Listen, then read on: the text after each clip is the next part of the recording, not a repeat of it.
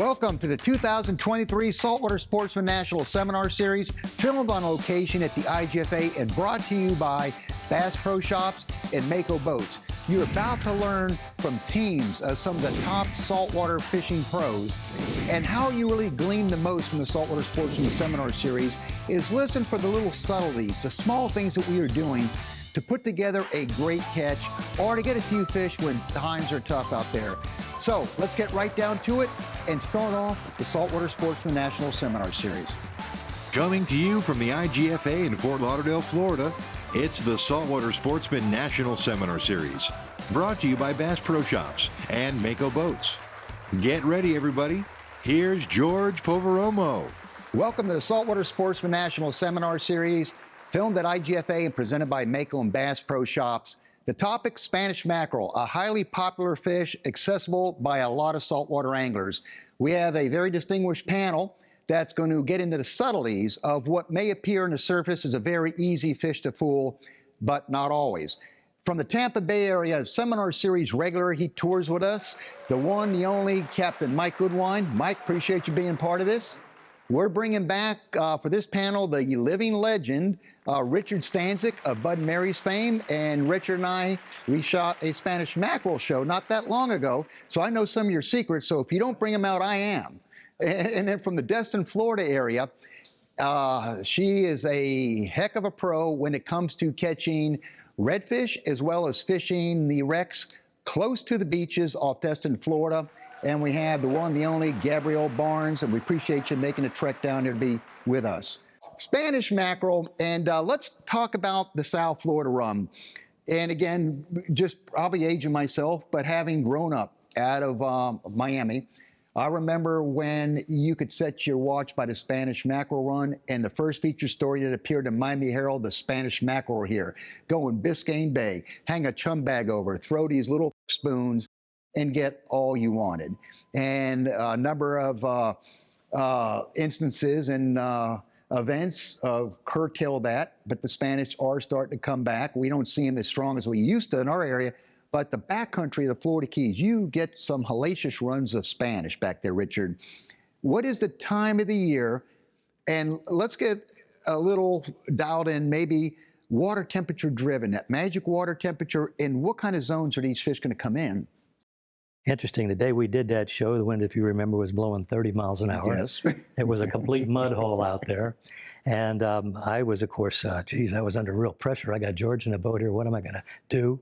And one thing you might remember that I looked for, and we found a couple of little strips where the water wasn't solid mud, and it was just a little clean Yes. green. And then we remember going in close on the grass bottom.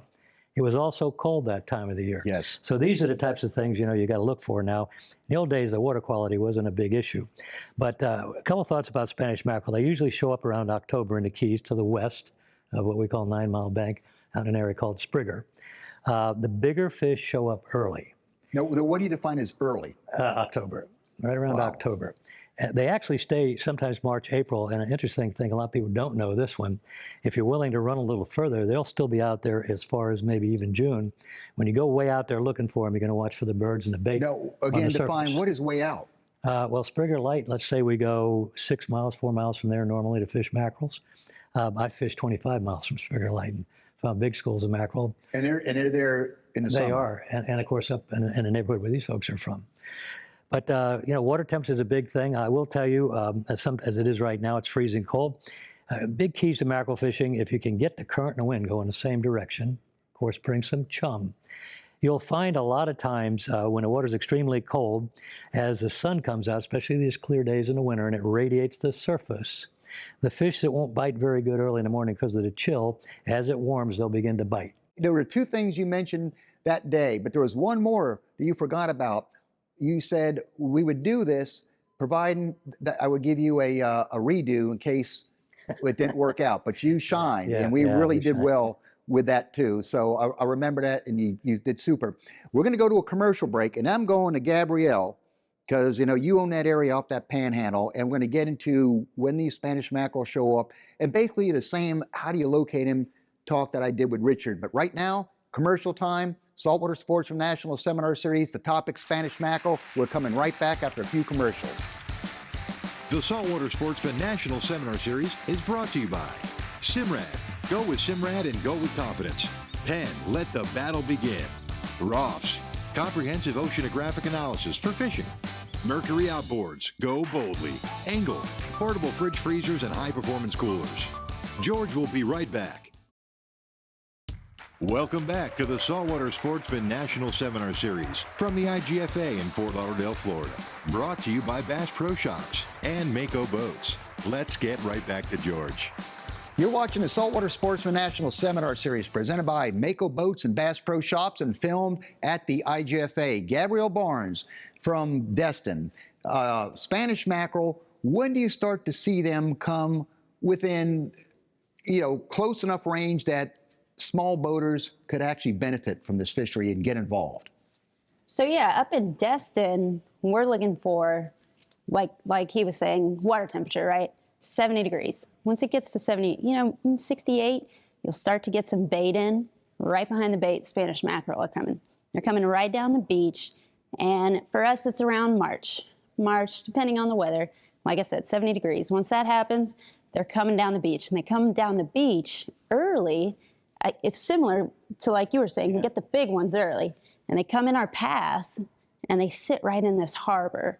And you control for them. Now, you're talking, the Destin Harbor? Destin Harbor, yeah, okay. Right where you stayed when you came, that harbor walk right there. Sure, where you outfished me. I remember that. Yeah. So they'll come swirl in that harbor real early in the season. And you can, two ways mainly we target them is trolling and throwing lures. But early in the season, first thing in March, my favorite way is once you find them in that harbor, they're all going to be in one area, and we get a popping cork with a live shrimp, and they ferociously hit that shrimp. The popping cork just disappears, and that's my favorite way. But they're there all through. You can get them in November. There's people still catching them this past December, usually till October though. So when do they start fading away? Where that run is gone? Once the cold starts coming in, that water starts cooling down again. So October. So it's almost like the opposite of what's going on with us. Yep. The colder weather. Are those migrating down here, Richard, or what? It's really interesting because if you listen to what you just said, they leave here and show up there. They leave there and show up here. Yeah. It's exactly opposite. And we have the person right in the middle ground there, the Tampa Bay area. Mike, what's your thought with the Spanish mackerel? What are you seeing over on your side?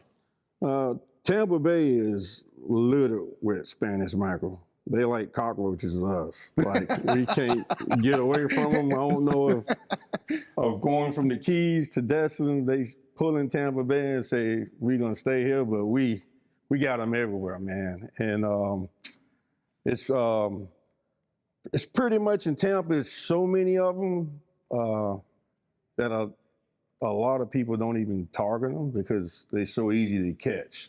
Well, just in Tampa. I'm just speaking for Tampa. Well, and I could vouch because you and I, when we did our show last year, we were doing the inshore, but you took me to this little wreck, and we were live bait, and we're getting cut off by Spanish mackerel back there. Yes, and that's the thing. Before you decided to fight a tarpon for 9 hours. Yeah. So, and that's the thing. We actually got a nickname for them.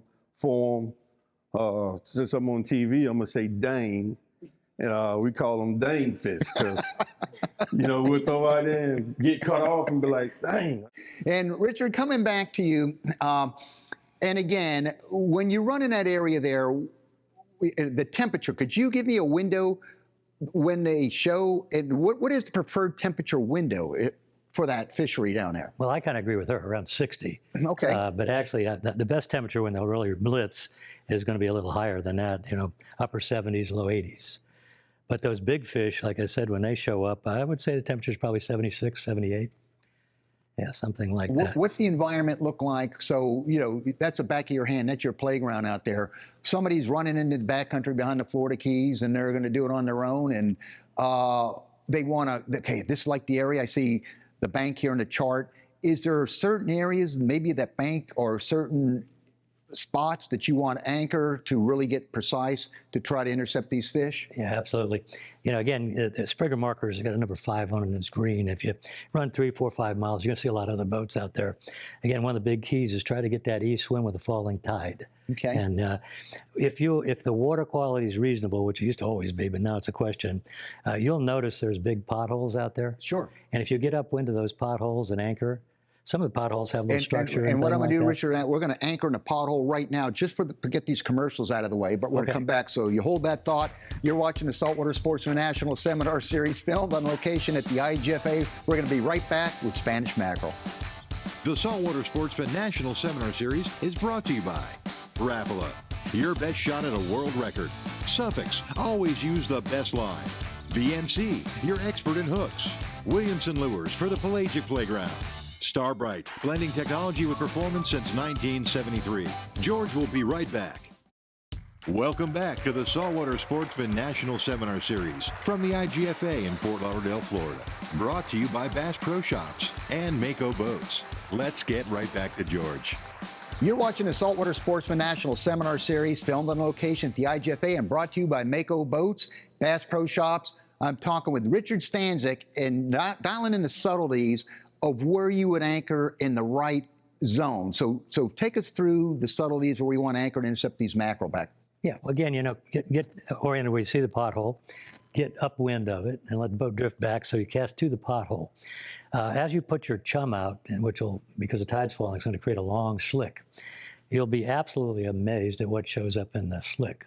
Early in the year, ballyhoo, because that area back there is a nursery for ballyhoo.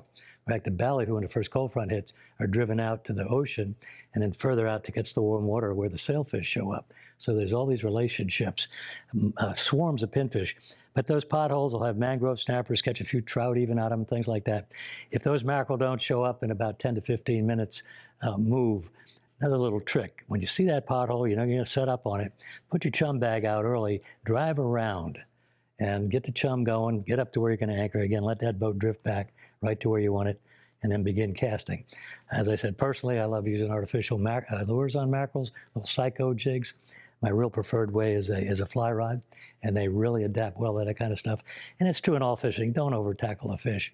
Because if you're using an ultralight and you got a little kid on that boat and a 6-pound mackerel takes off, contrary to what you said, we don't consider them junk fish. They're darn fish on this part of darn fish. And I couldn't get over what she said. My first mackerel I ever caught, I caught with a popping cork and a shrimp in South Bay when I was 10. And I still remember it. So, and I'm going to circle back with Gabrielle here, but I want to ask you something too. And I know on our trip, you had the monopoly on the preferred size shrimp at Bud and Mary's, because you make sure you just get the right size. They go to the Stanczyks first, from what I heard. I don't know if that's just a rumor. And when we go out there, do you chum with shrimp or any subtleties with that? You shouldn't have to do that. We'll encourage it because we sell shrimp, but you really shouldn't have to. If the mackerel they're gonna show up. Now, shrimp. Are those mackerel feeding on shrimp this time of the year? What's going on back there? Well, that whole area out there, is all grass, and it's a nursery for shrimp. And there's a relationship. That's still, absolutely. Okay. Not just mackerel, but all the other fish that are out there as well. But you're gonna find it. Gabrielle. We got a group of guides, and we kind of all communicate. So once we find them in that harbor, they're all going to be somewhere. Mm-hmm. And most of the time, we'll troll the Clark spoon to find them once we locate them. And let's talk about the subtleties of trolling the spoon. I prefer a 10-foot leader, just 20-pound test with a single Clark spoon on the back. And I'll troll a smaller size on one side, and I'll troll a larger size on the other just to see. You do want to put some type of weight on that thing, or it's just going to skip on the top. You don't have much luck doing that. I like to put a 1 ounce. I keep it real simple. I put a 1 ounce egg sinker right before that swivel, okay. 10 foot a leader. And then I may, depending on how deep I'm trolling, I'll put a 2 ounce on the other side, just get it a little bit. It doesn't do too much, but some people like planters. I just prefer Carolina. Simple way to go. Yep, The fish are in there. Now, when you're trolling, is this out off the beach at this point? I troll off the beach. Right outside of our pass is where we got a drop off. Goes from like 10 feet to 30 feet. All the bait congregate there. That'll be filled with Spanish the entire time they're in our area. So you could troll there, you can troll by the bridge, through the pass, in the harbor. So yeah, that's the Awesome. We're going to take a commercial break, and then we're going to come back and have Mike Goodwine. I'm going to ask him some questions about these dang fish, as he calls them over there in the Tampa area complex. You're watching the Saltwater Sportsman National Seminar Series at the IGFA, brought to you by MAKO and Bass Pro Shops. We're coming right back.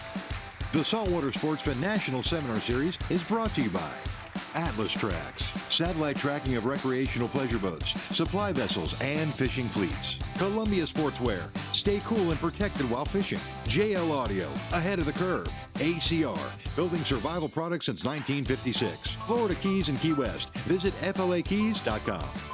George will be right back. Welcome back to the Saltwater Sportsman National Seminar Series from the IGFA in Fort Lauderdale, Florida. Brought to you by Bass Pro Shops and MAKO Boats. Let's get right back to George. Welcome back to the Saltwater Sportsman National Seminar Series. The topic, Spanish mackerel. And Mike Goodwine, the Spanish are so solid over in your area there. You nicknamed them dang fish, and that's the word we use because we're on television. I'm sure it's another, actually more colorful word than that. But again, it's a great sport. It's consistent. Now, if somebody wanted to charter you, Mike, I want you to leave the snook alone and all that. Take me Spanish mackerel fishing. What are you going to do to ensure that they have a fantastic day? What are you looking for, and how are you going to fish them? If they want Spanish mackerel, Yeah. I'm going to give them a number to another captain. We'll take them. Because I hate catching them. But if I had to, in Tampa Bay, we got the shipping channel that runs straight through Tampa Bay. And we got the shipping markers where we catch our bait off of. Yeah. And when those load up with bait, anywhere near any of those shipping channels, you're going to have Spanish mackerel all over the place. And the majority of the time is in the morning time when we catching bait. We trying to catch scaled sardines instead of thread fins, and all the charter captains will catch those thread fins, and we don't want them, so we're dump them back out. And then that's when the Spanish mackerel just is like a feeding ground for them. So you're adhering to what you do with your reg and your suck as life chumming, basically. Yeah, it's like live chum. And then, once you start, well, we call them dang fish because they break you off a lot. So I figured out when I have to fish for Spanish mackerel, I use a long shank hook. Excellent point. And to keep from getting broke off. And or you could go with a wire leader, which I even hate saying that word, but you can use those too, because with a wire leader and a swivel, and to me, that ain't how I fish, so. Gotcha. And he brought up a very valid point, and this is going back now, the old school, where you would try to avoid a metallic leader at all costs, basically. And some of the tricks, we get a live shrimp and a long shank hook and try to cheat that way. What about the people who don't do artificials, but they want to stick to natural? Tell us some of this. And what happens when the mackerel start getting wise to you? I'm still trying to get over the fact he throws those thread fins overboard. My God, in Alamorado, what they're worth. I know. Yeah, well, a lot of times I like to show off because I know how to tie an Albright knot. Yeah. And I actually fished with Jimmy. That's how I started out. But, we use a little light wire, like 3-wire, put a little Albright in there. Okay. 30-pound, and then put a little, if you really want to catch him, put a little tiny snag hook. However, I like what he said, because nowadays what I really do is I use a heavy piece of monofilament on a long shank hook. What do you define as heavy? You can get away with 30, but you're Okay. going to get bit off. But I found out I no longer have to, because I no longer have to tie those fancy knots any longer. And the wire always gets kinked up. So the mono really does work, especially when they're blitzing. But the other key is hook. When you hook the shrimp, hook it in the horns. So the shrimp's got a lot of life to it. Pitch it out. A lot of times the seagulls are a real problem, because as you know, where we fish, we can't troll because of the die off of the grass. You can only get about 50 feet. You'd have grass hooked up. So when you throw that shrimp, a lot of times the seagulls are going to pop down real quick. A little split shot, pitch it in there, let it float back in the current. You'll feel it take off, leave the line on your finger, lock up and reel. And again, you got that first spectacular run. So, that's pretty much what we do. So what are some of the things that you do to try to get a good catch? Do you stick and move, or what happens? Well, I personally like it when it's not gangbusters, because when it's gangbusters, there's usually small fish. But when the bigger fish show up, they run in packs. You'll see 3, 4, 5 of them, and they're jet black when they go by the boat. And one of the things you better be ready for is when you hook that one big fish, and those 3 or 4 with them, have another guy ready to pitch your bait real quick. Right behind the fish. He'll double up. And sometimes you can sit and wait 15, 20 minutes, for another pack to show up. But, when they're biting one after another and the customers you got out there, they can get bored with that. So sometimes you're better catching one big fish and waiting a little while And for you the and I second bite. got on the big fish. We did. And if you remember, we had 1 or 2 Ceros that were in that mix too. Yes.